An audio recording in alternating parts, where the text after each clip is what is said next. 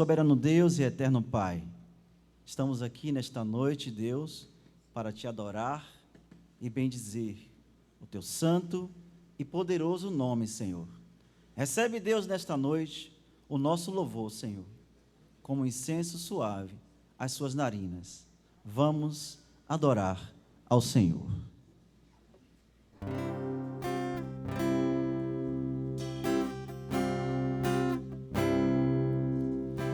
Se o sol se pôr e a noite chegar, tu és quem me guia. Se a tempestade me alcançar, tu és meu abrigo. Se o mar me submergir, a tua mão me traz à tona pra respirar, me faz andar sobre as águas.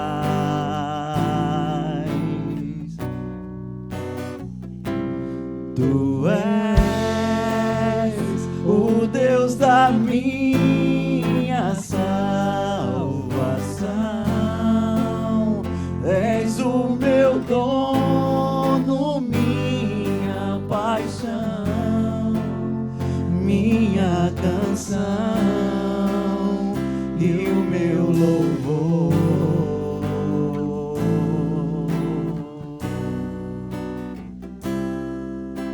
Se o sol se pôr e a noite chegar, tu és quem me guia.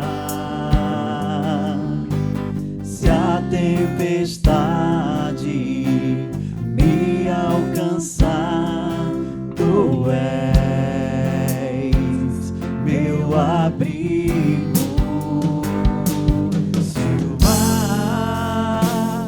Me submergir, a tua mão me traz à tona pra respirar e me faz andar sobre as águas.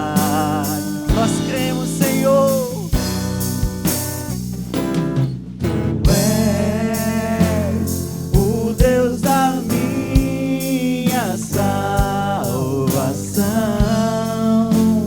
És o meu dono, minha paixão, minha canção e o meu louvor. Diga aleluia! Aleluia! Solta sua voz e adore a Ele.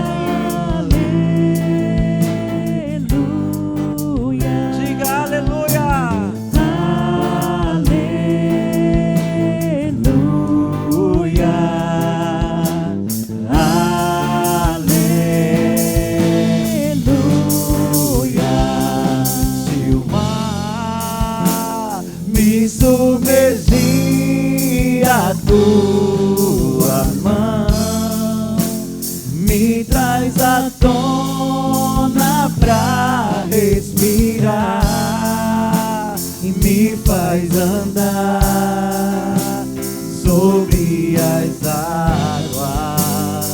Eu creio, Senhor. Tu és o Deus da minha salvação, és o meu dono, minha paixão, minha canção e o meu louvor.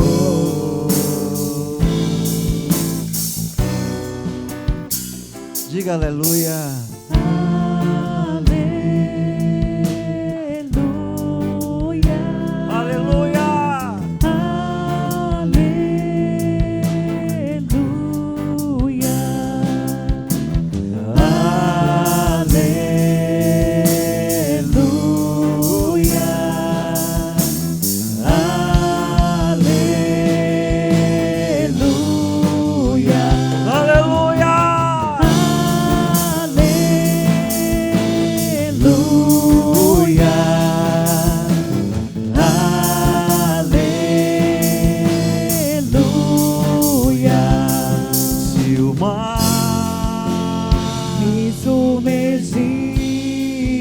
tua mão me traz à tona pra respirar e me faz andar sobre as águas.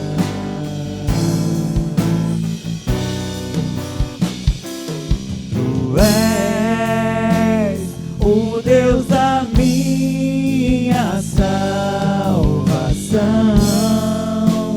és o meu dono, minha paixão, minha canção e o meu louvor. Só a igreja, aleluia.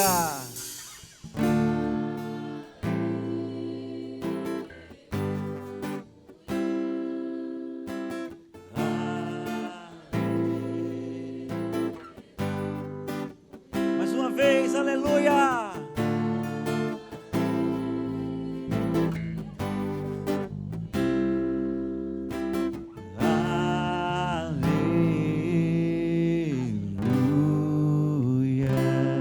Uma salva de palmas a esse Deus vivo, maravilhoso, que está presente aqui neste lugar. Diga assim comigo: Deus, Tu és o único na minha vida.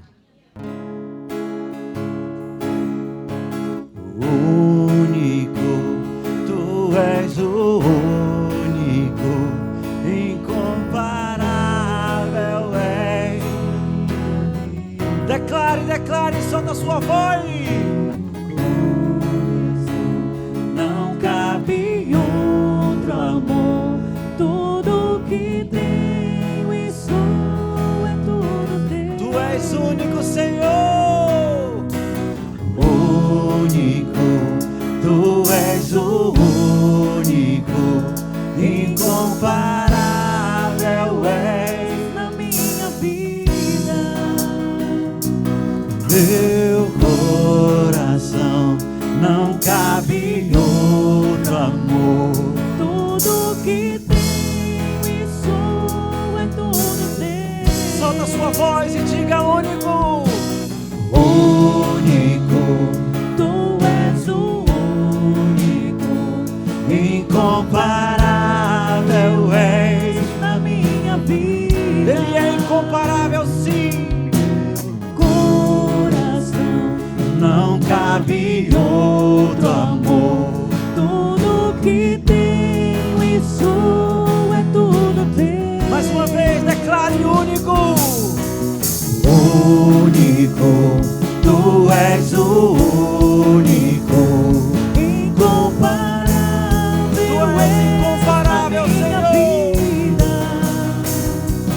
Meu coração não cabe outro amor, tudo que tenho e sou é tudo teu. Eu não tenho para onde ir, teu perfume está marcado em mim. Na sombra de tuas asas eu estou. Eu não sei mais o que fazer, sem tua presença não sei viver. Não existe vida além de ti.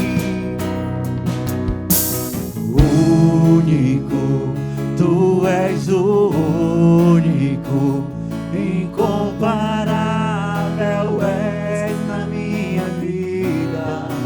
Declare. Não cabe outro amor, tudo que tenho e sou é tudo teu. Irresistível foi tua voz a me chamar, palavras de vida eterna só tu tens pra mim. Irresistível foi tua voz a me chamar, palavras de vida eterna só tu tens pra mim. Único,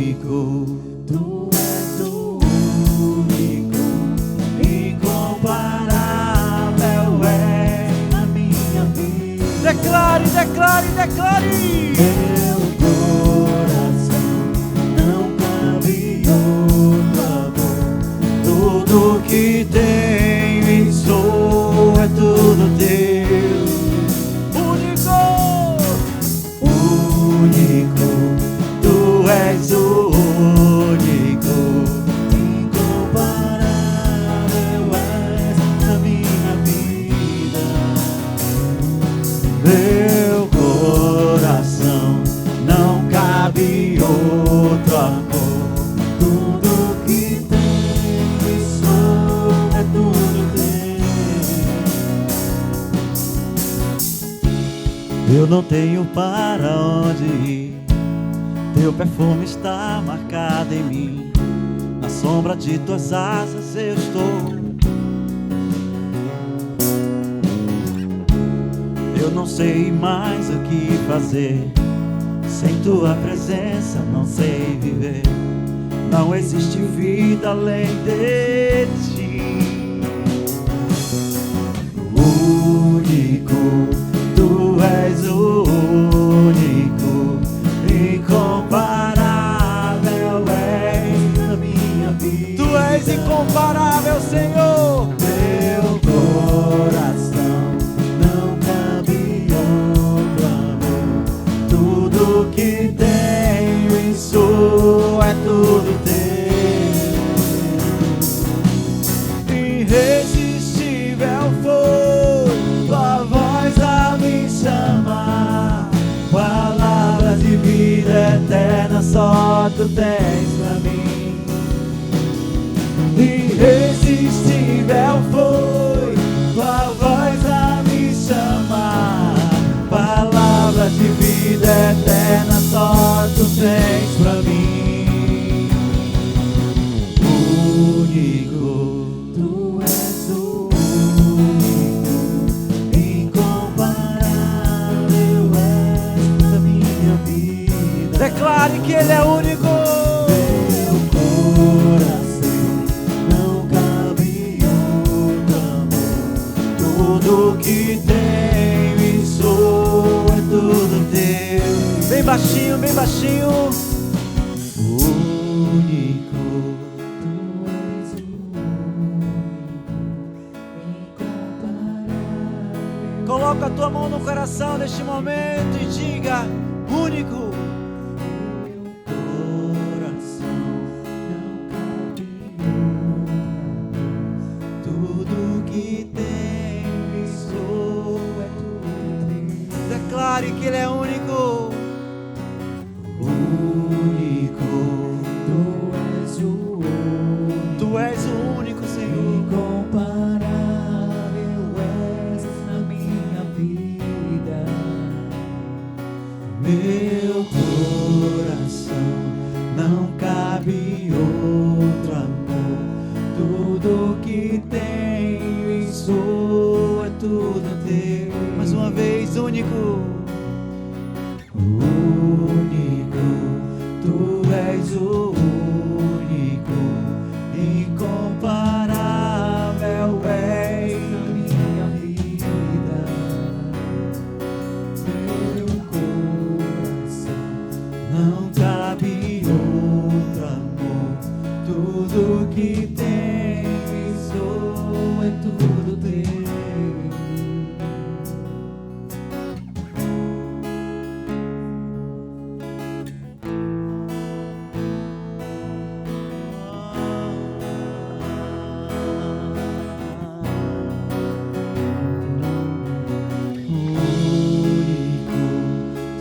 És o único, incomparável és na minha vida.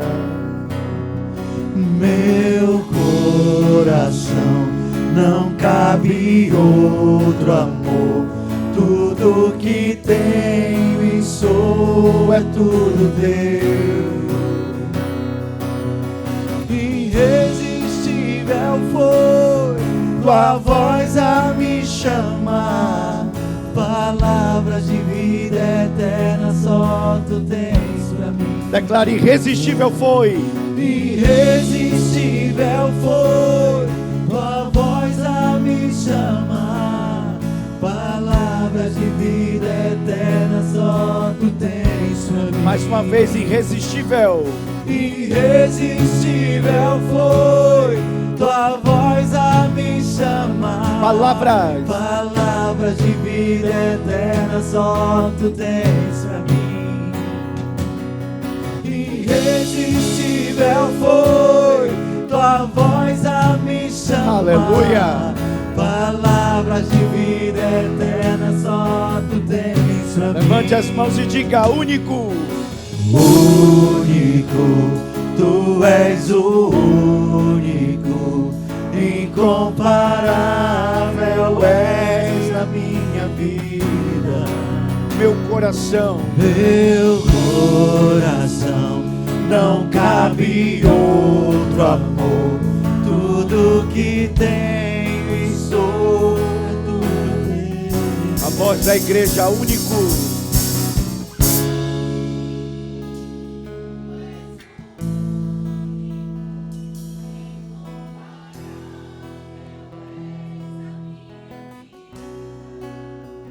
Meu coração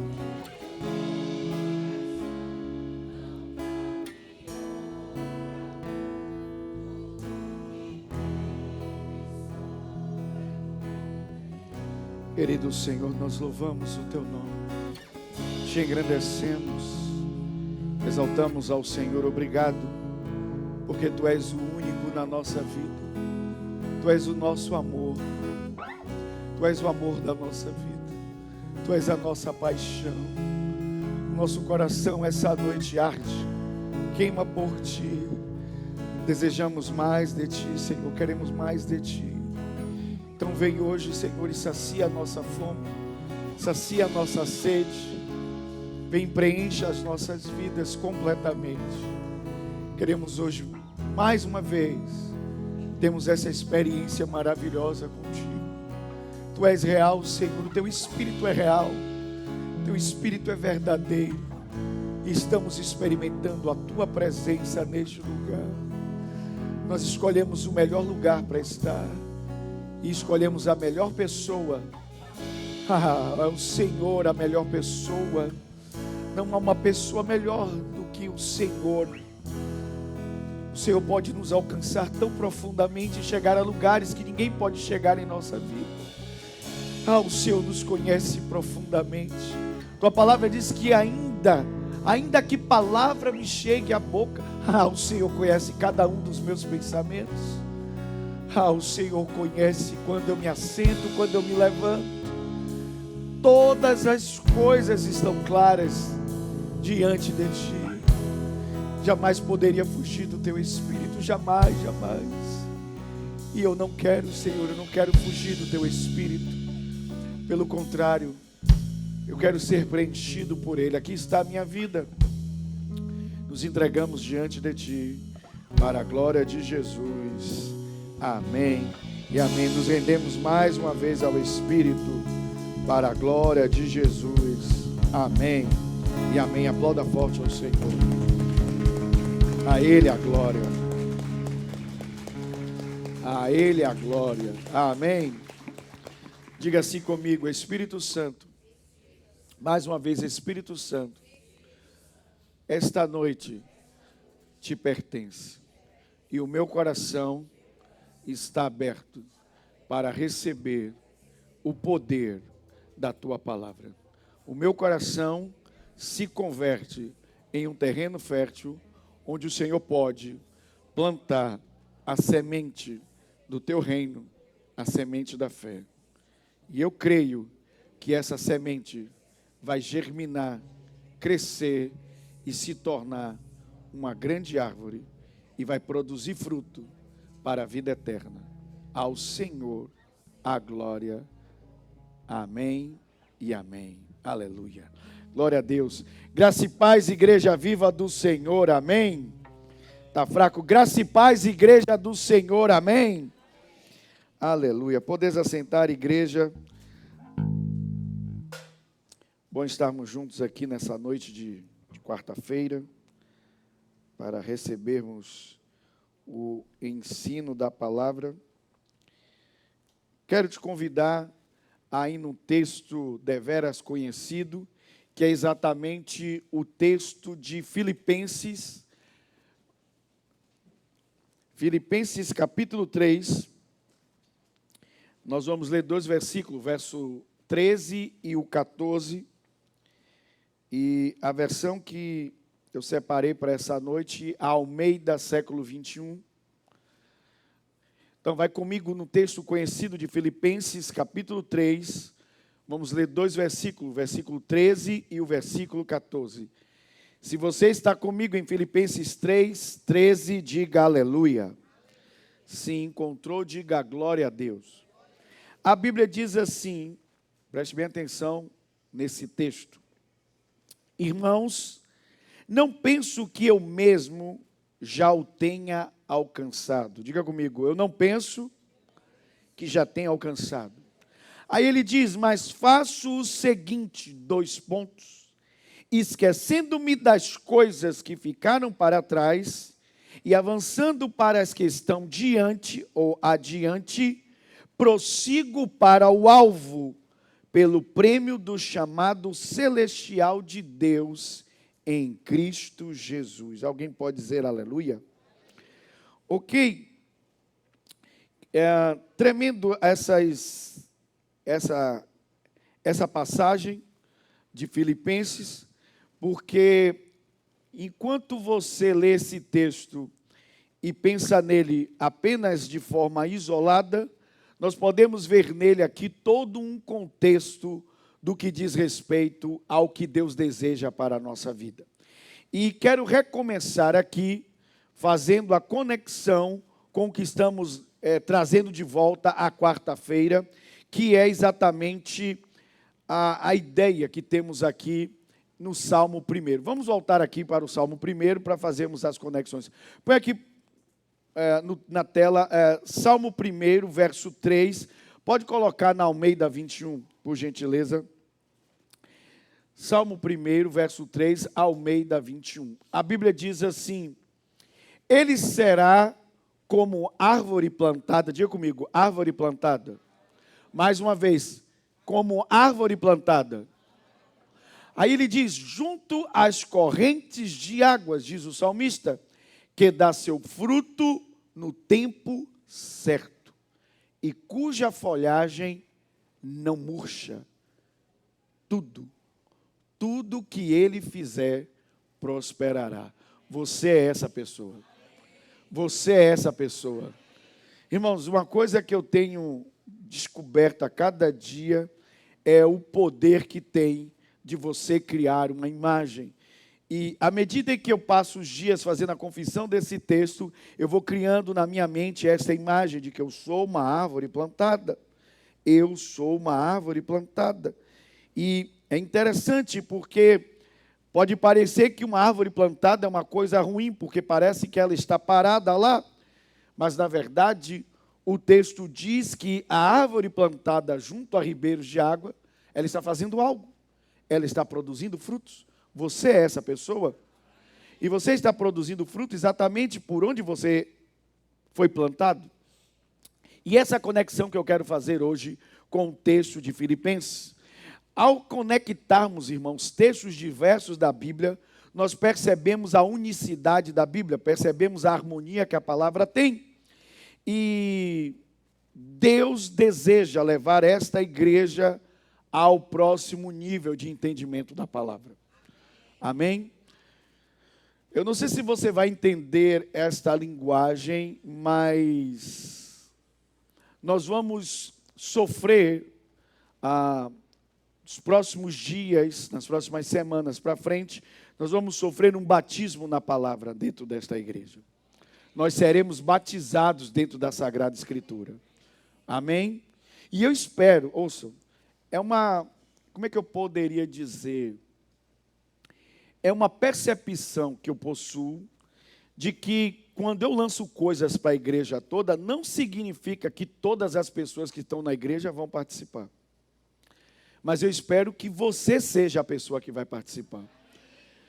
Por quê? Porque quando você pensa que você é a única pessoa responsável pela sua própria vida espiritual, você não fica pensando quem vai ou quem não vai. Você diz, se ninguém mais quiser, eu quero. Amém? E aí vamos fazer então algumas conexões aqui. A primeira delas é que nós só podemos receber sabedoria fazendo a pergunta certa. Diga comigo, eu só posso receber sabedoria se eu fizer a pergunta certa. Ok? Se eu faço a pergunta certa, então eu recebo sabedoria. Ou seja, eu recebo uma resposta que vai me clarear, me dar luz. E qual é a pergunta certa dentro desse texto? a pergunta certa é, quando a Bíblia traz a esta fotografia aqui, esta fotografia é de quem? Bem, o Salmo diz, nos últimos versículos, de que um ímpio, ele não consegue permanecer de pé na congregação do justo. Mas a Bíblia diz que o Senhor conhece o caminho do justo, mas o caminho do perverso perecerá. Então, qual é a pergunta certa? Bem, eu tenho aqui uma fotografia, uma imagem que eu devo criar. Esta imagem é de uma árvore plantada junto a ribeiros de águas, cujas folhas jamais murcham, ela dá fruto na estação certa. Bem, esta imagem é de quem? Diga comigo, a imagem? Diga comigo, a imagem, a fotografia é do justo. Diga comigo, do justo. Mais uma vez, a fotografia é do justo. Ok? Então eu quero falar hoje aqui sobre o que a Bíblia fala sobre o sucesso do justo, ou o segredo para o sucesso do justo. Quantos aqui foram justificados pela fé? Diga amém. Então diga comigo, o segredo para o sucesso. Ok, o segredo para o sucesso é primeiro você entender na Bíblia o que é sucesso. Bem, vocês já entenderam, baseado também aqui no Salmo 1, que a palavra que Deus escolheu aqui para falar sobre prosperar é a palavra em hebraico tisselak. E tisselak tem sido uma das palavras mais fortes para esse momento do ensino. Porque tisselak é o finalmente, é onde conclui a ideia aqui do verso de número 3. A Bíblia diz, ela é como uma árvore plantada junto a ribeiros de águas, ele dá fruto na estação certa, suas folhas jamais murcham, e a Bíblia diz, e tudo que ele fizer prosperará. A palavra prosperar, tisselak. E tisselak significa, como eu já falei para vocês, tisselak significa progresso. Significa o quê? Progresso. Tisselak significa ser bem-sucedido. Tisselak significa prosperar. É a mesma ideia aqui.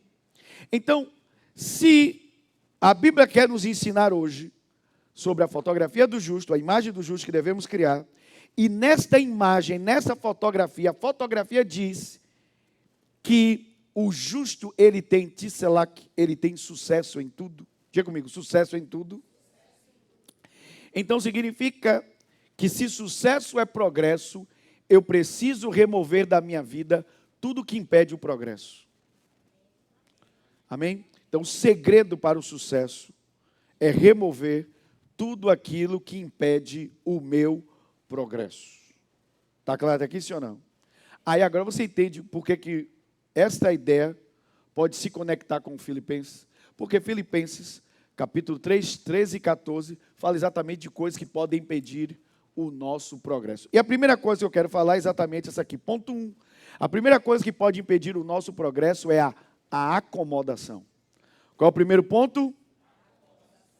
A acomodação é a primeira coisa que pode impedir o seu progresso. Aonde nós encontramos isso aqui no texto? Vou pedir que coloque aqui novamente, Filipenses, capítulo 3, 13, diz assim, vamos lá. Ai, gente, como eu gosto de pregar a palavra. Irmãos, não penso que eu mesmo já o tenha alcançado. Pastor, eu não estou vendo a acomodação aqui. Bem, olha o que o apóstolo está dizendo. Ele diz, eu não penso que eu já tenha alcançado. Então significa que, porque ele não acredita que já alcançou, ele continua. Mas pense no inverso. Alguém que pensa que já alcançou, ele não fará mais nada para alcançar aquilo que ele acredita que já alcançou. Faz sentido para você ou não? Então, o primeiro ponto é isso. É este aqui. O apóstolo utiliza uma expressão, eu até fiz essa anotação aqui.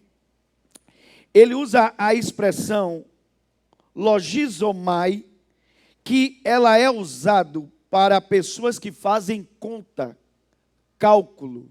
A palavra que ele utiliza aqui no texto é uma palavra que se refere a fazer conta, a computar, a calcular. Então significa que ele passou um tempo ponderando. Por isso que no texto, em algumas versões, diz: eu não julgo. Significa que ele ficou ponderando, ele ficou passando um tempo e ele percebe, fazendo toda a medida e o cálculo, que ele não está no mesmo lugar que ele partiu, mas ele ainda não chegou lá.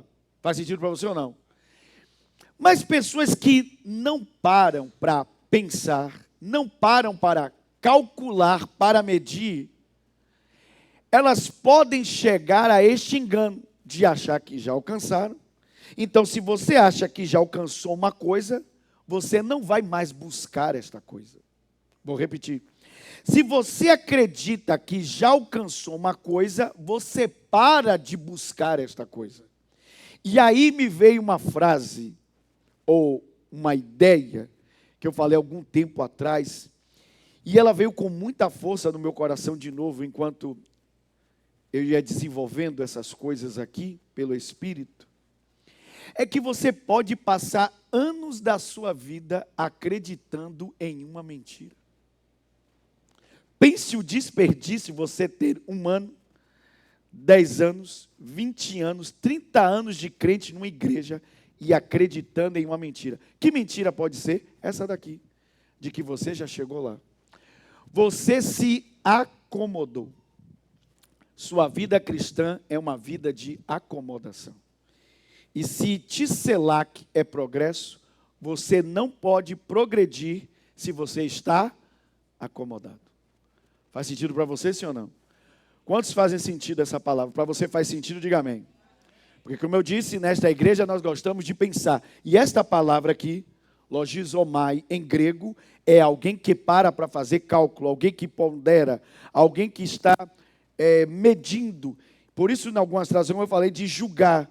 Então ele diz: eu não penso que eu já alcancei. Porque quando você pensa que já alcançou uma coisa, então você para de buscá-la. Quantos você entendeu até aqui? Diga amém. Diga assim comigo: alguém pode estar na igreja há anos acreditando em uma mentira. Que mentira? Eu já cheguei lá. Eu já alcancei. Já viu gente que diz assim: ah, não me ensine não, que eu já sei o quê? Tudo. Eu já sei tudo. Não preciso aprender nada.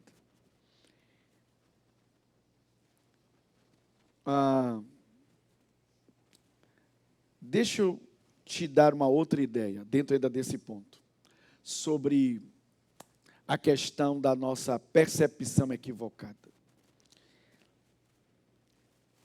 Quer ver uma coisa que às vezes a gente não para pensar? Uma vez eu estava orando e eu disse assim: Senhor, o que é comum a todos os homens? Porque uma vez eu li algo interessante. Na verdade, não foi nem lendo, eu ouvi um homem da década de 60, 60. Não tem nem vídeo do cara, só tinha áudio. E ele falando sobre algumas ideias poderosas, e ele disse assim: todos os homens desejam algo e todos os homens temem algo. Olha que forte. Todos os homens desejam algo e todos os homens temem algo. Aí orando eu falei assim: Senhor, o que é comum a todos os homens? Aí Deus me disse: o que é comum a todos os homens é que todos os homens desejam mudança. Aí eu disse: é verdade. Quem tem pouco dinheiro, quer muito dinheiro. Quem é solteiro, quer casar. Você entendeu ou não? Todas as pessoas querem uma mudança. Quem tem uma casa de 2 quartos, quer a casa de 4, e vai. Todo mundo quer uma mudança. Não importa que tipo seja, ou se é justificável ou não aquela mudança. Mas todas as pessoas querem uma mudança. Faz sentido para você ou não?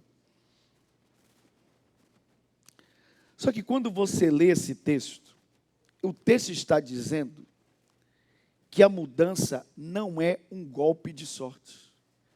A mudança, ela é proposital. Se você não buscar a mudança, ela jamais vai existir na sua vida. Faz sentido para você ou não? A mudança, ela não é um golpe de sorte. A mudança, ela é proposital. Diga comigo, proposital. Então, se eu me acomodo achando que eu já cheguei lá, então eu não vou provocar mudanças na minha vida. Faz sentido para você ou não? O que vai fazer com que eu provoque mudanças na minha vida é a convicção que eu ainda não cheguei lá. Então a primeira coisa que pode impedir o meu e o seu progresso é a acomodação. Já está tudo muito bom, obrigado. Eu já cheguei lá. Está tudo bom. Irmãos, deixa eu te dizer uma coisa. A acomodação é diferente do contentamento. O contentamento significa que na fase que eu estou, eu sou feliz. Deu para entender ou não? Eu não estou esperando uma coisa futura para ser feliz. Isso é contentamento. Agora, a acomodação é você achar que aquilo dali é o todo. Que você já chegou lá, você já chegou no pico, no topo. Não há nada acima. Irmãos, e isso não existe em praticamente nada na vida, principalmente na vida espiritual. Sabe quando é que você se forma no reino de Deus? Nunca. Nunca. Nunca. Por que você nunca vai se formar no reino de Deus? Porque a própria Bíblia diz assim, que você conheça qual é a altura, a profundidade, a largura e o comprimento do amor de Deus em Cristo. Ainda que em vida, você não conseguirá esgotar este amor. Alguém pode dizer aleluia? Então, meu irmão, você nunca vai se formar no reino de Deus. Nós vamos continuar sempre o quê?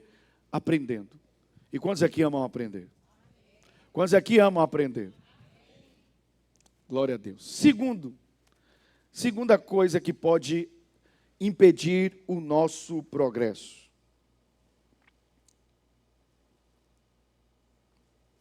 Espera aí, gente. Eu ia perdendo uma coisa aqui, ainda bem que é bom. Por isso que é bom anotar as coisas. Gente do céu, olha que maravilha. Lembra-se que eu disse para vocês aqui que o apóstolo, porque a gente gosta de ser gospel, né? O apóstolo não diz assim, eu tive uma revelação de que eu não cheguei lá. Ele não diz isso. Não é que essa palavra nunca foi utilizada pelo apóstolo e ela não é encontrada no Novo Testamento. Vocês sabem que a palavra revelação é remover o véu. Você não enxergava e agora você enxerga. Está claro isso ou não? Uma coisa, eu já disse para vocês que não necessariamente uma coisa na escuridão é uma coisa que está com o diabo, está com o mal. Não. Às vezes uma coisa está na escuridão significa porque ela ainda não foi revelada, ela não veio à luz. Está claro isso ou não? Está claro isso ou não? Então, o apóstolo não diz, eu tive uma revelação e Deus me mostrou que eu não cheguei lá. Não, não, não. Ele disse, porque eu fui calcular, eu fui ponderar, eu cheguei a uma conclusão. Eu ainda não alcancei. Está claro isso ou não? Pronto. Calcular, ponderar, julgar, tudo isso é pensamento. Tudo isso é o quê? Qual é a raiz de tudo? Ah, glória a Deus, hoje vocês acertaram. Eu não vou mentir, eu estou achando que a galera de quarta-feira está mais atenta que o povo de domingo. Então, a raiz de tudo é o pensamento. Então, grave essa palavra, que ela vai fazer ainda mais sentido quando caminharmos para o final. A raiz de tudo é o pensamento. E Paulo aqui está exercitando exatamente isso, o pensamento. Pensar dá trabalho. É por isso que a maioria das pessoas não gosta do quê? De pensar. Pensar dá trabalho. Pensar dá trabalho. Ok. Segundo ponto aqui da nossa mensagem ou do nosso estudo. Voltando aqui para o texto. A Bíblia diz assim: irmãos, não penso que eu mesmo já o tenha alcançado. mas faço o seguinte. Diga comigo, fazer.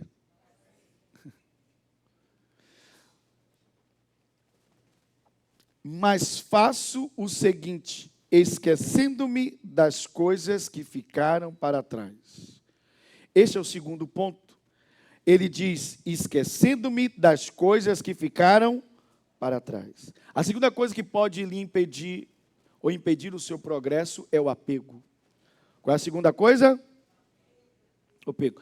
Olhar para trás tem essa ideia do apego. Lembra-se da mulher de Ló? Ela já estava fora da cidade, que seria consumida pelo enxofre que estava descendo do céu, do fogo e o enxofre que estava descendo do céu. Ela já estava fora. Mas o que foi que aconteceu com a mulher de Ló? Ela olhou, e porque ela olhou para trás, não foi o ato de olhar para trás, foi o apego. Foi o quê? Então ela acabou, de uma certa forma, tendo o mesmo destino da cidade, por causa do apego. Aí deixa eu falar uma coisa sobre a questão do apego. Ah, pastor, eu gosto tanto, por exemplo, dos meus passarinhos. Eu tenho uns passarinhos em casa, na gaiola. Isso é apego? Não é disso que eu estou falando. Não é desse tipo de apego que eu estou falando. De você ter carinho por alguma coisa. Não é esse tipo de apego. O apego que eu estou falando é exatamente um problema na nossa vida. Que é o quê? É o apego que temos a coisas do passado. Apego ao quê? Coisas do passado. Ah, pastor, por que algumas pessoas acabam tendo apego a coisas do passado? Porque, irmãos, olhem para mim. Isso é muito forte que eu vou ensinar para vocês. Mas se você entender isso, talvez isso acabe, como é que eu poderia dizer, economizando anos de terapia para você. Por que algumas pessoas têm apego a coisas do passado? Preste bem atenção. Por que um apego? Porque, para algumas pessoas, a única coisa que elas possuem na vida é a dor. E eu vou exemplificar. Para algumas pessoas, a única coisa que elas possuem em toda a vida é a dor. Então, se de repente ela abrir mão desta dor, então ela não terá mais uma história para contar. Uma história em que ela é vítima e que ela é sofredora.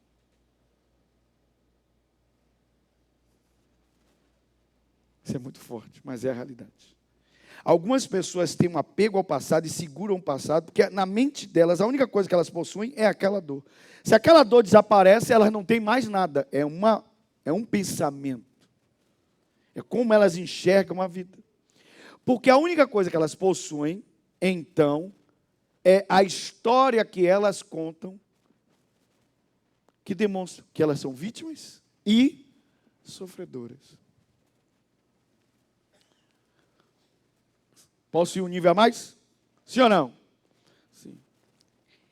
E por que as pessoas que têm apego ao passado, elas acreditam que a dor é a única coisa que possuem, porque se elas abrirem mão da dor, não haverá mais uma história em que elas são vítimas e sofredoras. Por que elas acham isso importante em suas vidas? Porque para você ter apego a alguma coisa, é porque aquilo, pelo menos, se não é para ninguém, para você aquilo é o quê? É importante. Por que para uma pessoa é tão importante ter uma história de dor, uma história em que ela é a vítima e que ela é sofredora?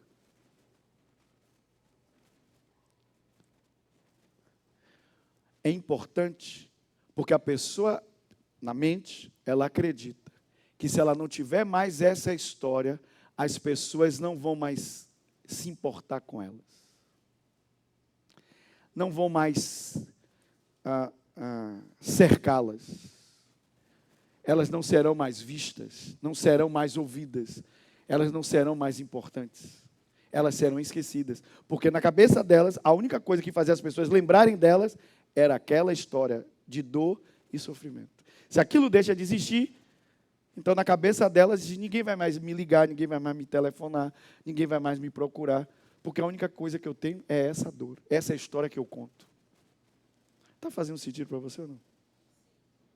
Está fazendo sentido para você ou não? Meu irmão, pode ter certeza que é isso que acontece aí fora, o tempo todo. O tempo todo alguém está segurando uma história de dor para que ela seja a vítima e a sofredora. Agora, deixa eu te dizer, não quer dizer, irmão, que essa história é mentira. Eu não estou dizendo que a história é mentira, vocês entenderam ou não? O que eu estou dizendo é que na mente dela a vida se resumiu a isso. Só existe isso na vida. Foi por isso que o apóstolo usou uma linguagem tremenda. O que tem de espiritual em esquecer? Me diga aí. Porque esquecer não é um atributo do seu espírito. Esquecer é um atributo da sua mente. Está fazendo sentido ou não? Então vamos lá. Diga assim comigo. Eu tenho uma memória. Diga comigo, eu tenho uma memória. Você sabe que para você esquecer uma coisa fora da sua vontade, você teria que sofrer um trauma.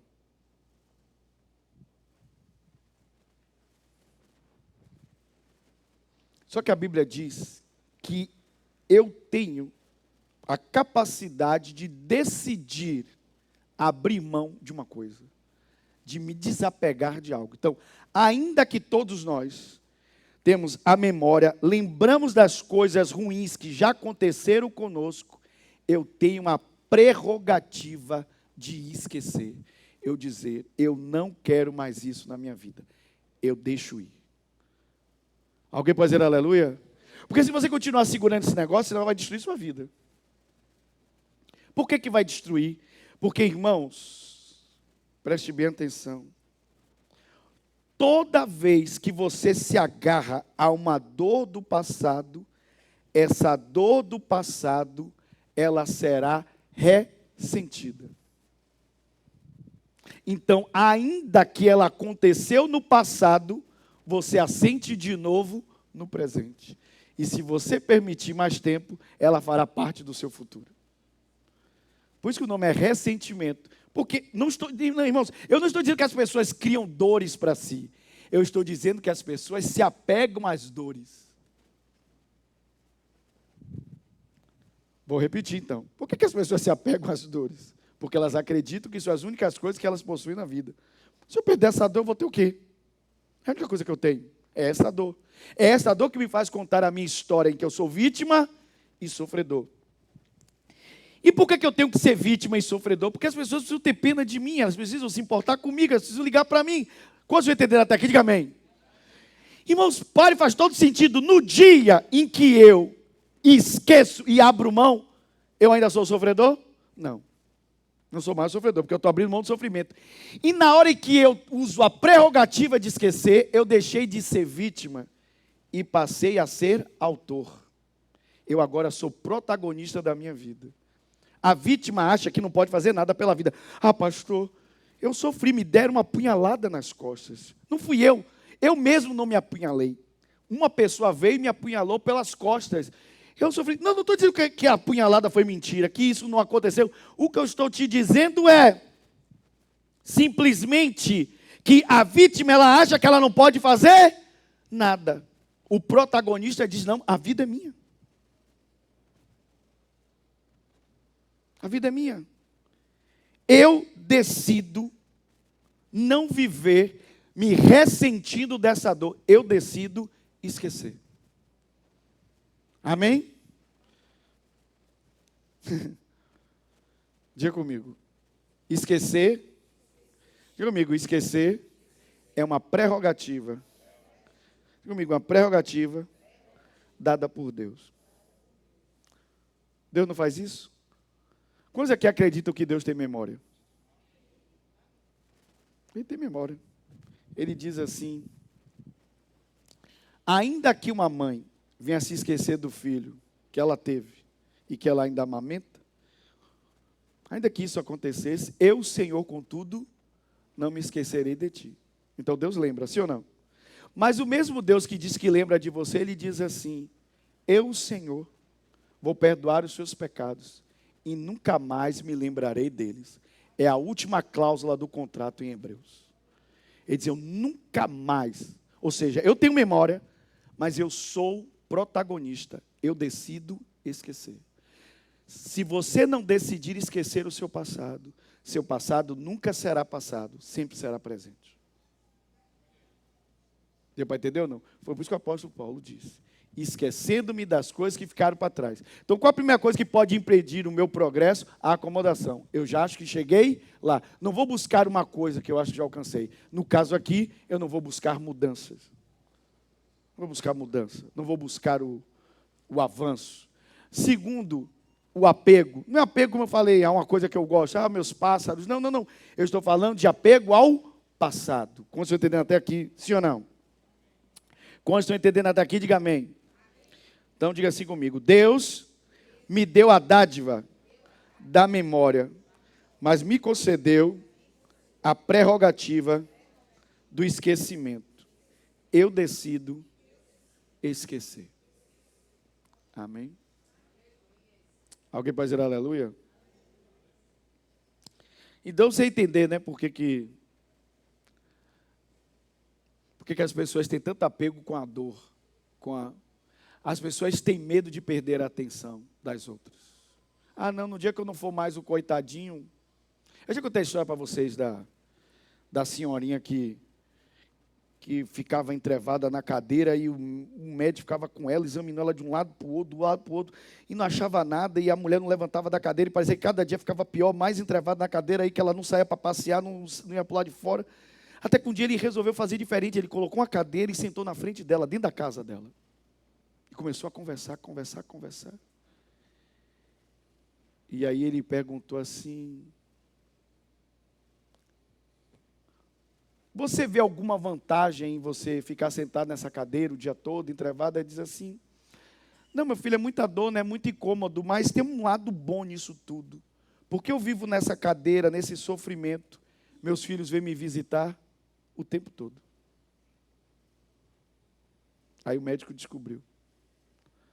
Aquela senhora havia se mantido naquela cadeira anos a fio para não perder a atenção dos seus filhos.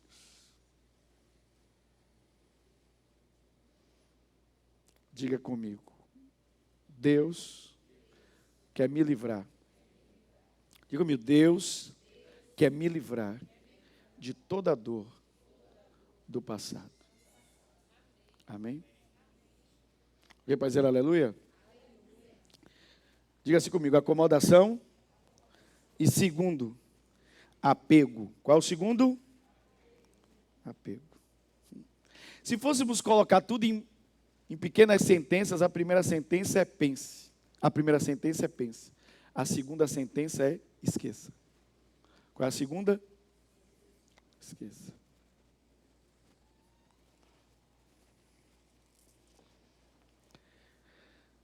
Terceiro, a Bíblia diz assim, põe aqui a mesma Filipenses 3,13, mas põe aqui na NVT, só para eu mostrar uma diferença aqui. Filipenses 3,13, bote na NVT, por gentileza. NVT. Diz assim: não, irmãos, não a alcancei, mas concentro todos os meus esforços nisso, esquecendo-me do passado e olhando para o que está adiante. Diga comigo: olhando para o que está adiante. Diga comigo: olhando para o que está adiante. Ok.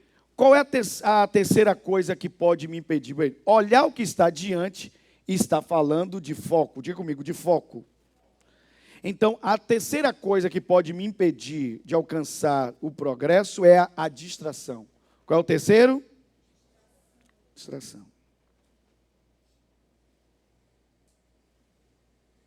A distração é o terceiro ponto. Então, até agora, você já ouviu 2, que é a acomodação, o segundo é apego, o terceiro é a distração. O que é, aqui dentro do texto, a distração? Bem, a distração é tudo aquilo que lhe impede, a distração é tudo aquilo que lhe impede de se manter focado naquilo que importa.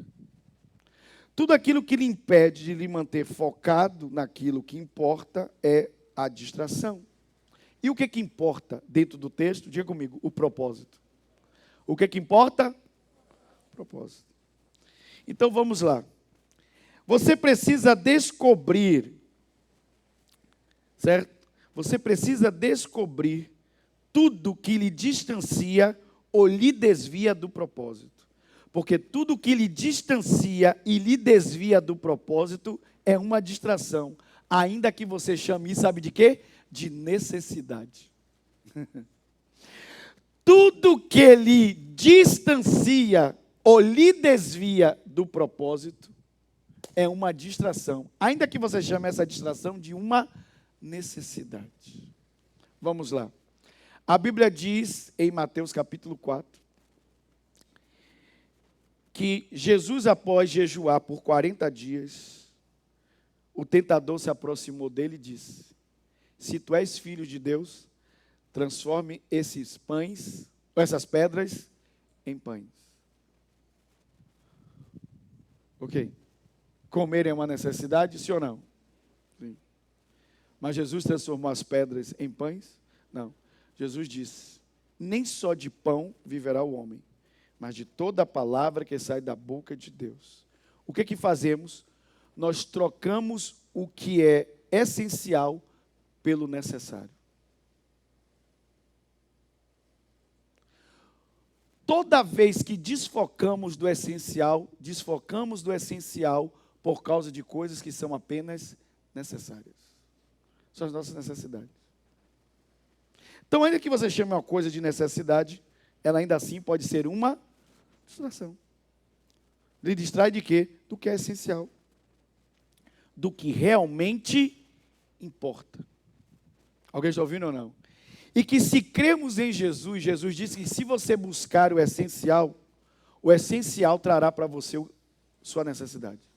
O essencial vai suprir você de cada uma das suas necessidades. Se você buscar primeiro o reino de Deus e a sua justiça, o essencial, então as suas necessidades serão supridas. Mas nunca inverso. Comece a focar nas suas necessidades para ver se você não se afasta do reino. De repente, você para e percebe que está vivendo só aqui embaixo. Comece a focar, não. Quais são as minhas necessidades? Eu tenho necessidades. Eu preciso comer, eu preciso beber, eu preciso de lazer, eu preciso disso. Eu tenho necessidades. Eu preciso curtir, eu preciso me distrair. Você começa a viver só isso. Quando você percebe, já não tem mais nada de reino na sua vida. Não tem nada daqui de cima, nada do alto, é tudo aqui de baixo. É uma distração, ainda que você chama de necessidade, é uma distração, porque lhe distanciou e lhe desviou do que é essencial. Quantos estão entendendo a palavra até aqui? Diga amém. Agora, comece a pegar a sua vida e focar primeiro no que é essencial. Porque, como eu disse, a palavra pode lhe dar pão, o pão nunca pode lhe dar a palavra. A palavra vai lhe prover pão, mas o seu pão nunca vai lhe prover a palavra. Alguém pode dizer aleluia?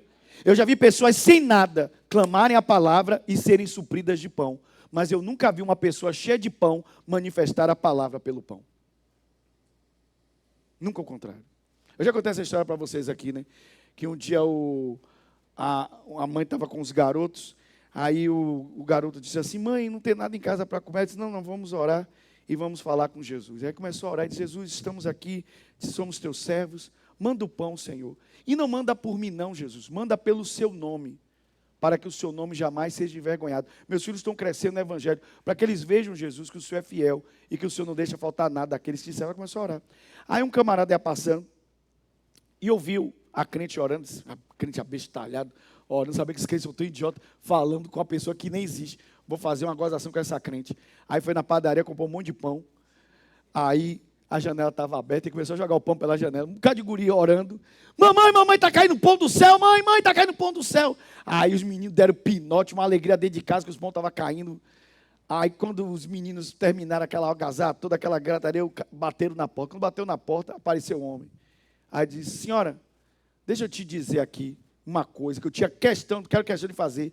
Esse seu Deus não existe. Não existe coisa nenhuma. Quem foi lá na padaria comprar o pão fui eu. Eu que joguei o pão, seus meninos estão aí dando pinó, dizendo que foi Jesus que mandou o pão. Eu que comprei o pão. Ele disse, meu Deus é assim. Quando ele quer, ele usa até o inimigo. Aleluia, esse é nosso Deus. Alguém pode dizer glória a Jesus. Meu Deus é assim, quando ele quer, ele usa até o inimigo. Aleluia. Diga assim comigo, trocamos o essencial pelo necessário. Nunca faça isso, irmãos, porque ainda que você chame de necessidade, é uma distração. Distração é tudo aquilo que te distancia ou te afasta do seu propósito, ou daquilo que é essencial, aquilo que é importante na nossa vida. Alguém pode dizer amém? Ok. Deixa eu falar uma coisa importante, irmão. Só essa frase que eu vou trazer agora aqui. Vocês entendem quando eu falo frase? Não é, como eu falei, não é a frase de bolé de caminhão, não.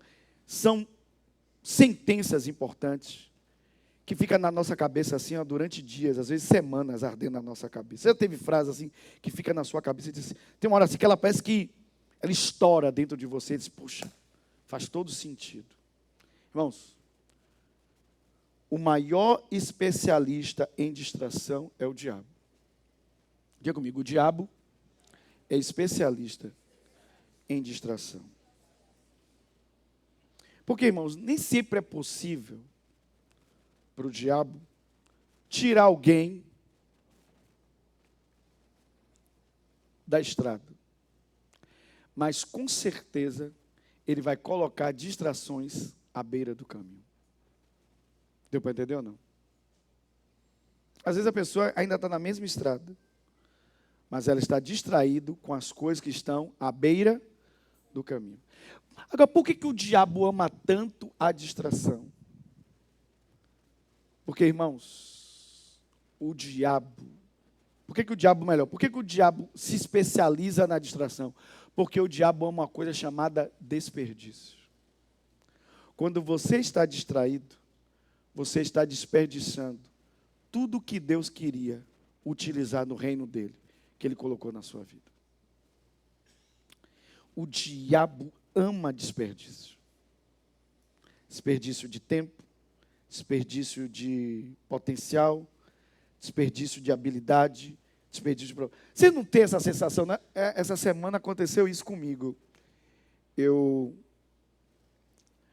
faço, assim, tem os mercados maiores que eu faço compra, como todo mundo faz, mas tem aqueles mercadinhos mais perto de casa que você entra para comprar uma besteira que faltou, né? De repente faltou uma manteiga. Não tem sempre, a gente faz isso, tem uns mercados que a gente prefere menorzinhos.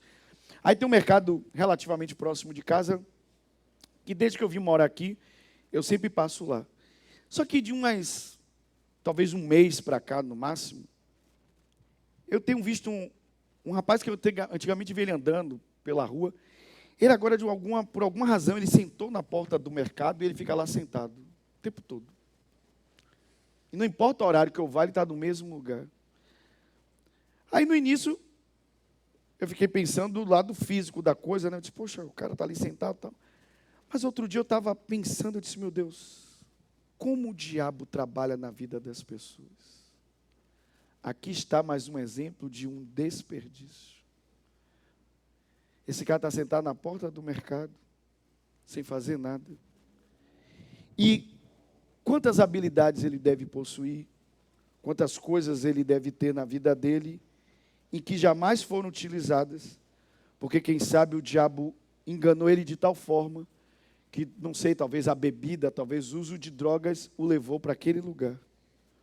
Mas Deus não o criou para aquele lugar, vocês entendem ou não? Está havendo um desperdício. Irmãos, o diabo ama desperdício. Mas você, como crente, tem que lembrar que Jesus é o inverso.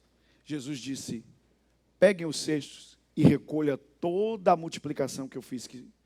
para que nada se perca. O Senhor não quer que nada se perca na sua vida. Na verdade, se Ele percebe que aquilo que Ele lhe dá, você continua multiplicando, Ele vai lhe dar mais ainda. A Bíblia diz assim, olha, tire a moeda daquele que enterrou, e daquele que multiplicou, dê a ele mais. Porque aquilo que o homem não tem, lhe será tirado, mas aquele que tem, lhe será acrescentado mais. Deus vai acrescentar mais coisas na sua vida à medida que Ele percebe que você não desperdiça tempo, potencial, habilidade. Tudo que Ele coloca na sua mão, você multiplica para a sua glória. Mas tudo isso você vai fazer se você não estiver o quê? Distraído.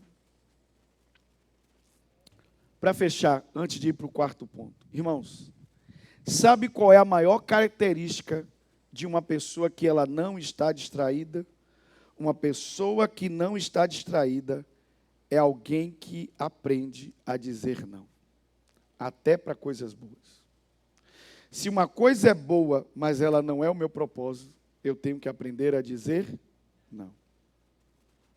Porque uma coisa boa fora do meu propósito se torna uma distração. Ela está me roubando de onde eu estou. Aí eu vou dar um exemplo para vocês. Alguém está me ouvindo, sim ou não? Alguém está ouvindo, sim ou não? Ok. Irmãos, se você, exemplo, você quer ser um atleta olímpico de nado, aí você pensa, como a gente ouvia lá o caso do Phelps, foi um dos maiores campeões olímpicos, na verdade, e ele conseguia bater o próprio recorde dele nas provas. Ele passava horas na piscina, treinando. Agora pergunte, se esse mesmo camarada, ao invés de gastar horas na piscina nadando, ele, por exemplo, fosse jogar bilhar.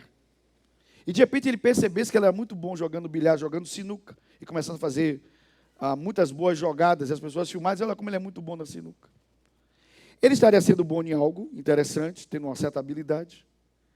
Mas o que aquilo que ele estava fazendo, jogando bilhar, jogando sinuca, estaria aproximando ele do propósito dele, que era ser um campeão olímpico de nado? É isso que a gente faz na nossa vida todo dia.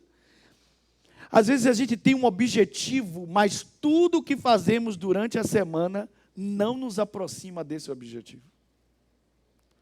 Quantos estão entendendo até aqui? Isso, no final das contas, é um grande desperdício. E o diabo ama desperdício. Você nunca mais vai esquecer isso.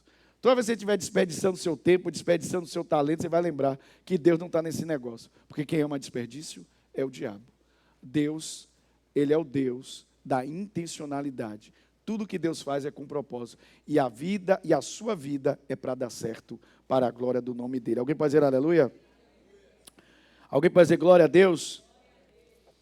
Ok. Último ponto para nós orarmos. Volta lá para Filipenses, por favor. Pode voltar na Almeida 21. Filipenses 3, verso 14, por favor. A Bíblia diz assim: prossigo para o alvo. Prossigo para o quê? Para o alvo.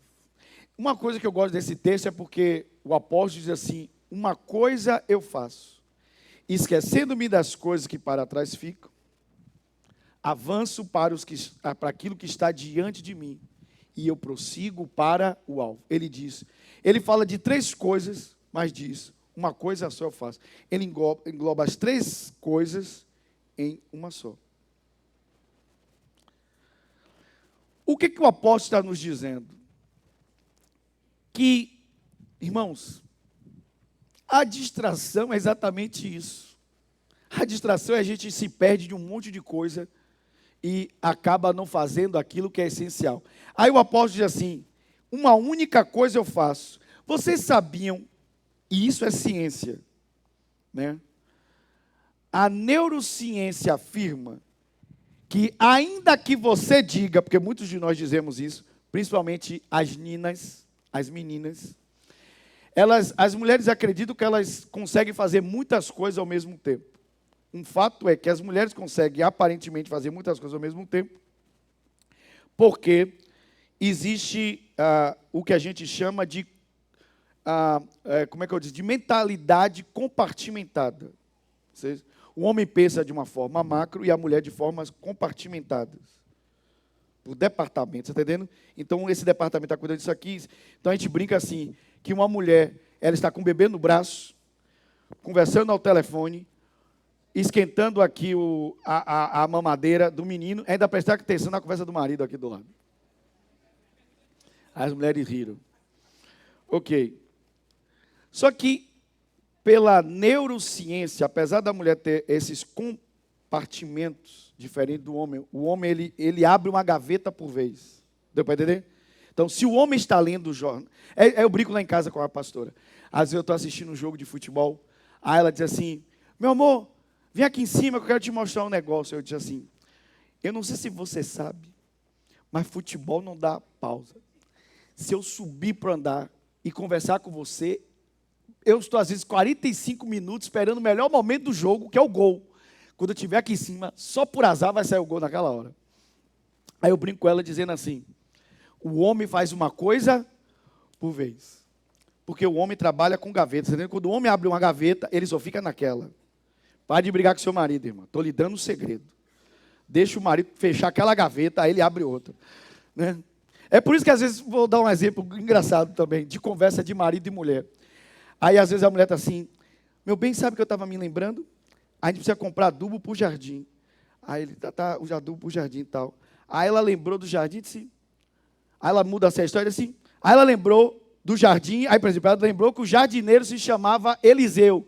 Aí ela lembrou que o rapaz Eliseu está doente, assim, a propósito, você sabe se Eliseu ficou bom? Aí o cara fica assim, está falando de jardim, agora está falando de Eliseu. Aí, você entende?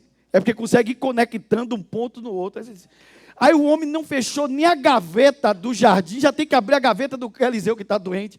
Aí disse, espera aí, deixa eu fechar uma, eu abrir a outra. Aí olha assim, que Eliseu? É da Bíblia? Não, o menino está falando do jardim. A menina fala assim, não, menino, não está falando do jardim. Eu disse, não, mas você está falando desse dentro do jardim. Como é que agora entrou Eliseu na jogada? Vocês estão rindo, né, mulheres? Porque vocês já fizeram muito isso com seus maridos. Estou lhe dando a dica. Espere o marido fechar a gaveta. Mas voltando, a neurociência afirma que a verdade é que ainda que a gente acredita nisso, e ri, é interessante, mas nós, seres humanos, nós somos, na verdade, pessoas que somos monotemáticas. Para fazer bem uma coisa, você só pode fazer uma coisa por vez. Vou repetir. A neurociência afirma que todos os seres humanos são monotemáticos. Para você fazer uma coisa bem feita, você tem que fazer uma coisa por vez. Foi o que o apóstolo estava ensinando. Ele diz assim, uma única coisa. Quando você tenta fazer muitas coisas, no máximo você será mediano em todas elas. Mas quando você foca de uma única coisa, então você vai fazer aquilo bem feito. Posso ouvir glória a Deus? Porque todo o seu tempo, sua atenção, irmãos, não é isso que é a distração? Link com o ponto anterior. Agora, deixa eu te dizer uma coisa. Vocês sabiam que na mentalidade ocidental, a meditação é a atenção plena? Ou seja, quando você não está com a sua mente naquele lugar completamente ali, você não está meditando naquilo. Quantos aqui tem um tempo no seu quarto para orar e ler a Bíblia? Diga amém. Meu Deus, só isso? Por isso que a gente tem que fazer mesmo essa campanha mesmo de mergulhar na palavra. Irmãos, quantos aqui tem um momento de orar e ler a Bíblia em casa? Deu uma melhorada, graças a Deus, eu estava preocupado já. Eu pensei que eu estava na igreja de crente. Então, meu irmão, quando você está ali no quarto, eu não sei você, mas você coloca as distrações de lado, sim ou não? Porque a Bíblia diz, fecha a porta do seu quarto. Né? Você não atende celular, não olha o WhatsApp, você está ali. Ali é a atenção plena. Coisa eu entendendo até aqui. Agora, vejam bem, preste atenção que quando você está orando, você também tem o hábito de fechar os olhos. Repare, tudo é fechamento. Você fecha a porta, né, elimina as distrações e você fecha os olhos para quê? Para se concentrar mais o quê? Mais ainda em uma única coisa, naquilo ali. Agora, vamos lá O último ponto fala sobre uma coisa importante na vida cristã. Que o terceiro fala sobre você não se distrair, de você focar. Mas o terceiro ponto diz, você deve prosseguir nestas coisas.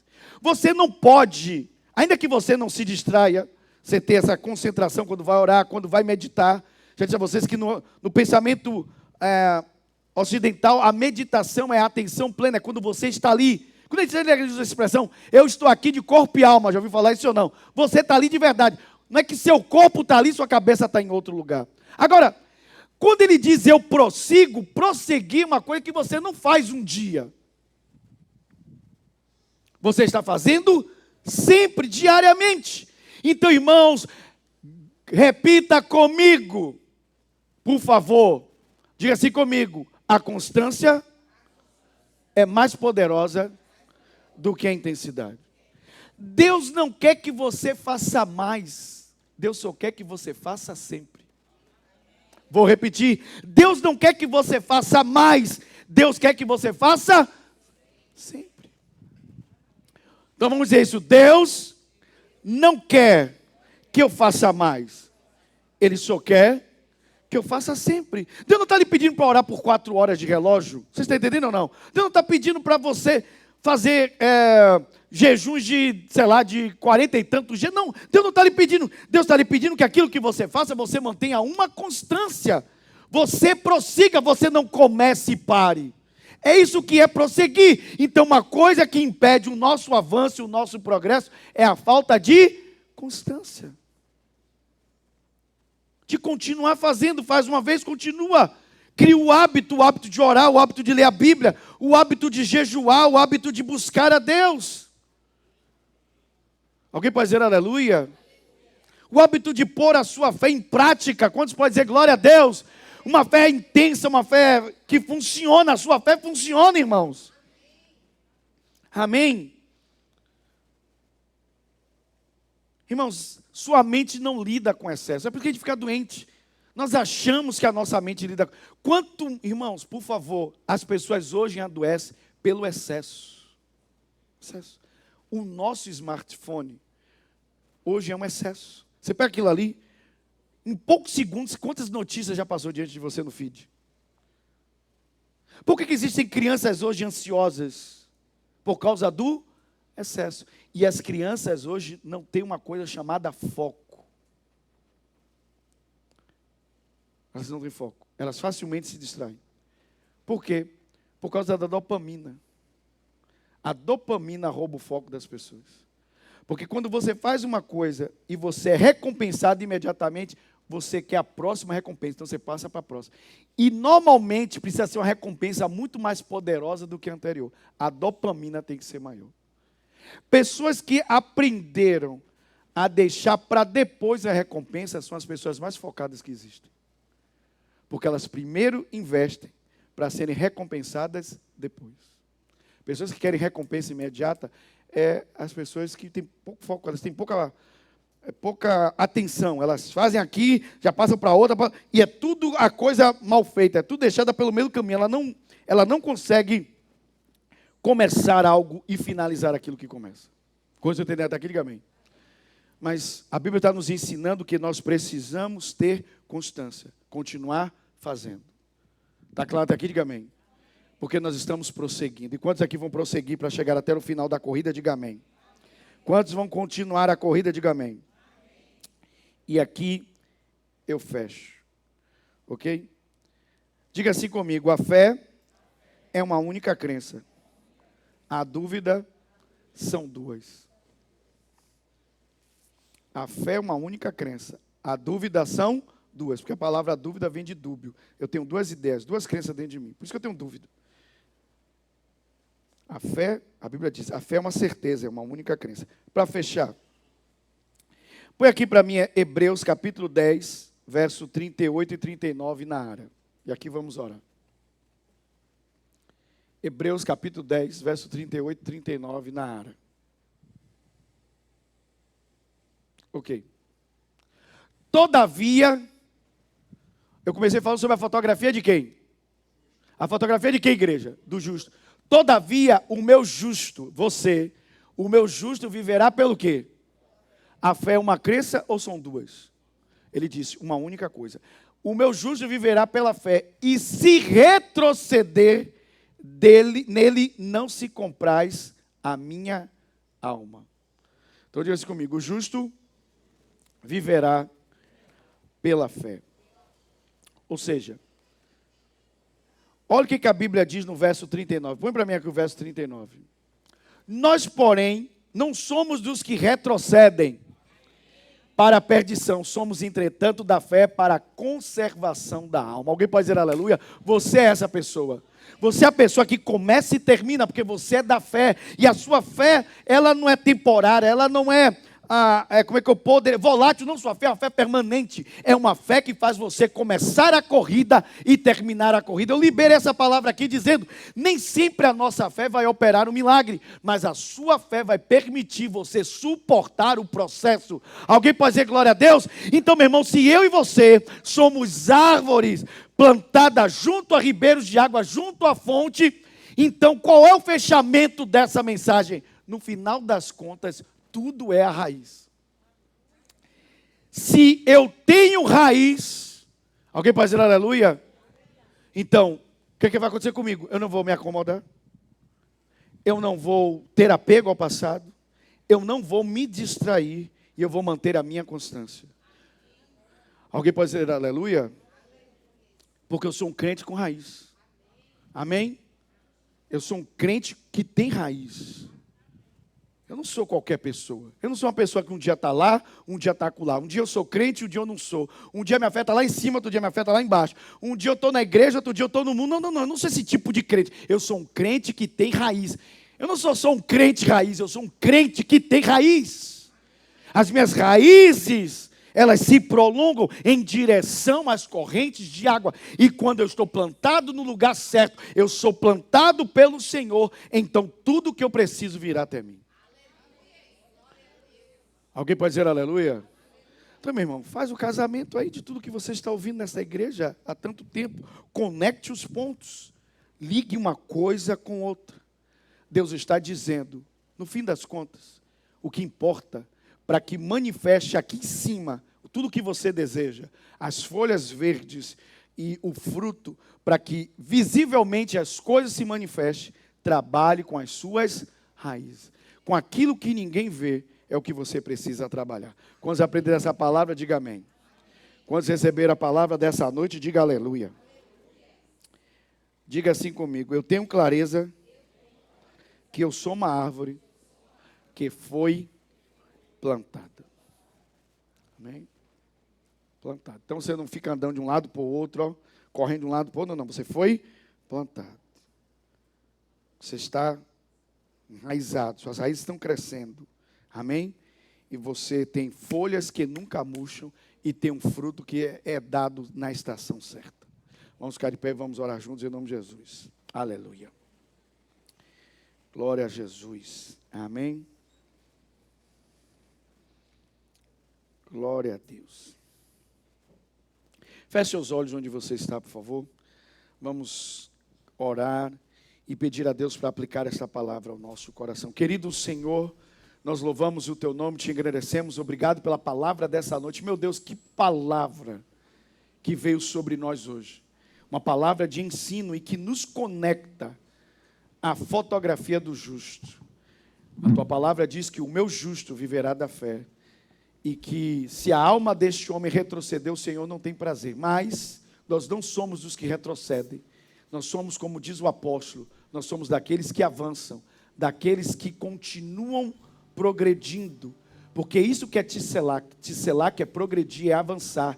Eu avanço para aquilo que está diante de mim, eu não retrocedo.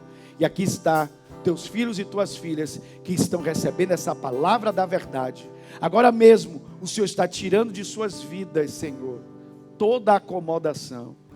Ninguém aqui vai ficar acomodado, meu Deus, à religiosidade, acomodado aos anos de crente, acreditando que já alcançaram alguma coisa. Não, meu Deus, nós ainda temos muito mais para alcançar.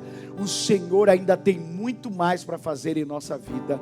Nós queremos aprender mais, nós queremos ter mais experiências com o Teu Espírito, nós queremos receber mais revelação da palavra, nós queremos crescer em Cristo, nós queremos ter a experiência com o amor de Jesus, a altura, a profundidade, a largura, o cumprimento do amor de Cristo. Nós queremos a revelação do Teu amor.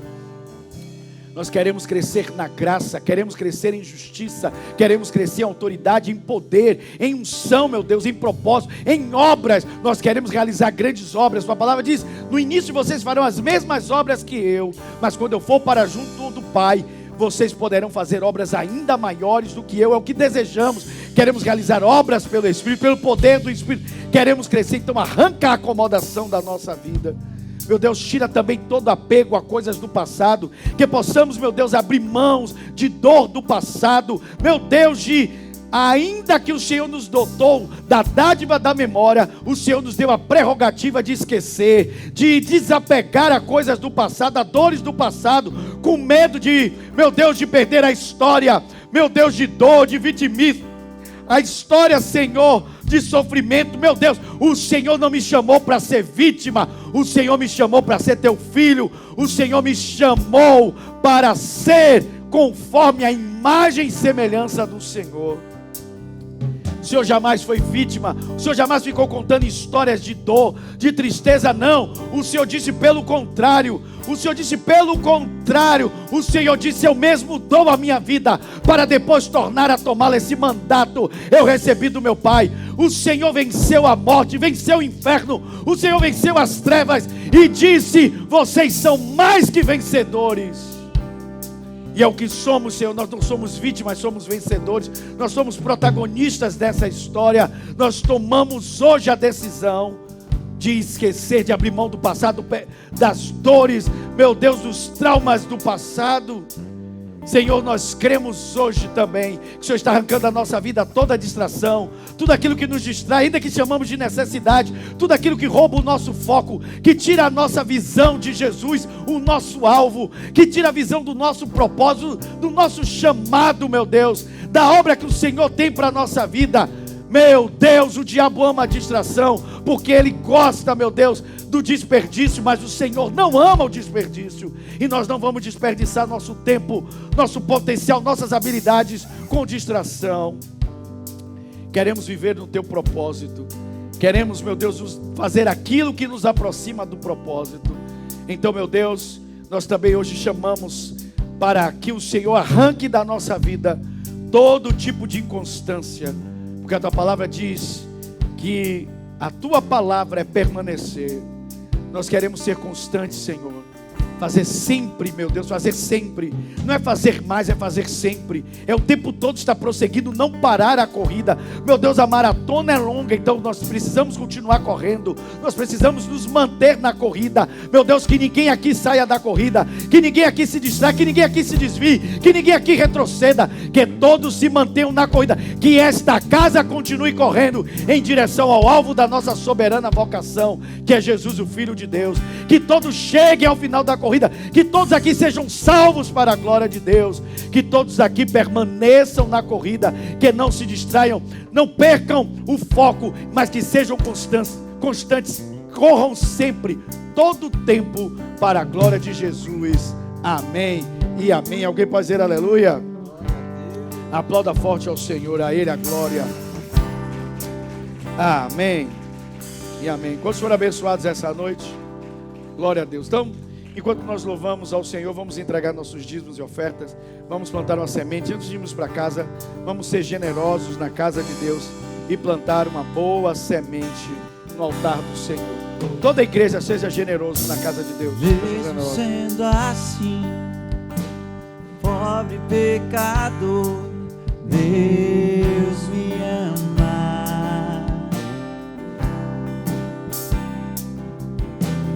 Mesmo sendo falho, mesmo sem merecer, Deus me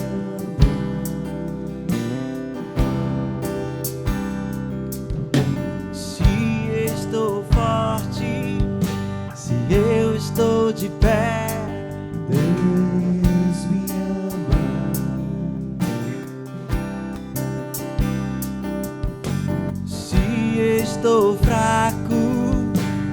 eu estou caído, Ele não deixa de me amar. Sem o teu amor, sem o teu amor, sem o teu perdão, o que seria de mim? Deus me amou tanto que entregou seu filho para morrer em meu lugar. Deus me ama, e o seu amor é tão grande, incondicional. Deus Me ama, e Ele está sempre de braços abertos para mim. Querido Senhor Deus, obrigado pela alegria que temos de semear, de plantar, de contribuir, de doar na Tua casa. Queremos, meu Deus, prosseguir fazendo isso. Queremos continuar sendo generosos na Tua casa. Que toda a igreja, meu Deus, seja alimentada de generosidade, de um coração grato, um coração que semeia, que doa. Que todos possam plantar seus dízimos, suas ofertas, como diz a Tua palavra. O Senhor ama aqueles que dão com alegria. Que possamos semear com alegria. Mas não somente semear com alegria, possamos também colher com alegria, porque a Tua palavra diz que todo aquele que semeia deve semear com a expectativa de colheita, porque o Senhor é fiel para cumprir a Tua palavra. E declaramos hoje a abundância de colheita sobre cada casa, sobre cada lar, sobre cada família, sobre empresas e negócios. Declaramos Tua paz, Sua prosperidade, Seu tisselar, que haja progresso, haja avanço, que todos aqui possam avançar em suas áreas de atuação. E como temos declarado, todos aqui serão os melhores na sua área de atuação, os profissionais mais reconhecidos em suas áreas. Que sejam abençoados em tudo que fizerem. Abençoa a obra das mãos dos teus filhos, para a glória de Jesus. Amém e amém. Quantos podem dizer aleluia? Amém. Então, quero declarar mais uma vez aqui que esse culto, essa reunião das quartas-feiras, tem esse esforço, porque é um dia de semana, mas sempre vai valer a pena. Então, mantém seu foco, mantenha a sua constância, está sempre aqui nos cultos de quarta-feira, amém? Para continuarmos crescendo o entendimento, temos ministrado aqui sobre a sabedoria do Senhor para nos dar o que o reino promete. Que possamos viver a fotografia do justo, possamos viver como a Bíblia diz que o justo vive. Alguém pode dizer aleluia? Que a nossa vida seja como a Bíblia diz que é. Amém? Glória a Deus. E no domingo nós vamos continuar trazendo a palavra sobre a fé da confiança em Deus. Amém? Quantos estão sendo abençoados? Então levante suas mãos, que o amor de Deus, o nosso querido Pai, e a graça de Jesus, seu lindo Filho, e a comunhão do Espírito Santo, esteja hoje com a sua vida, hoje para sempre, em nome de Jesus. Um grande beijo no coração e que a graça esteja com você. Nos vemos domingo às 9 da manhã.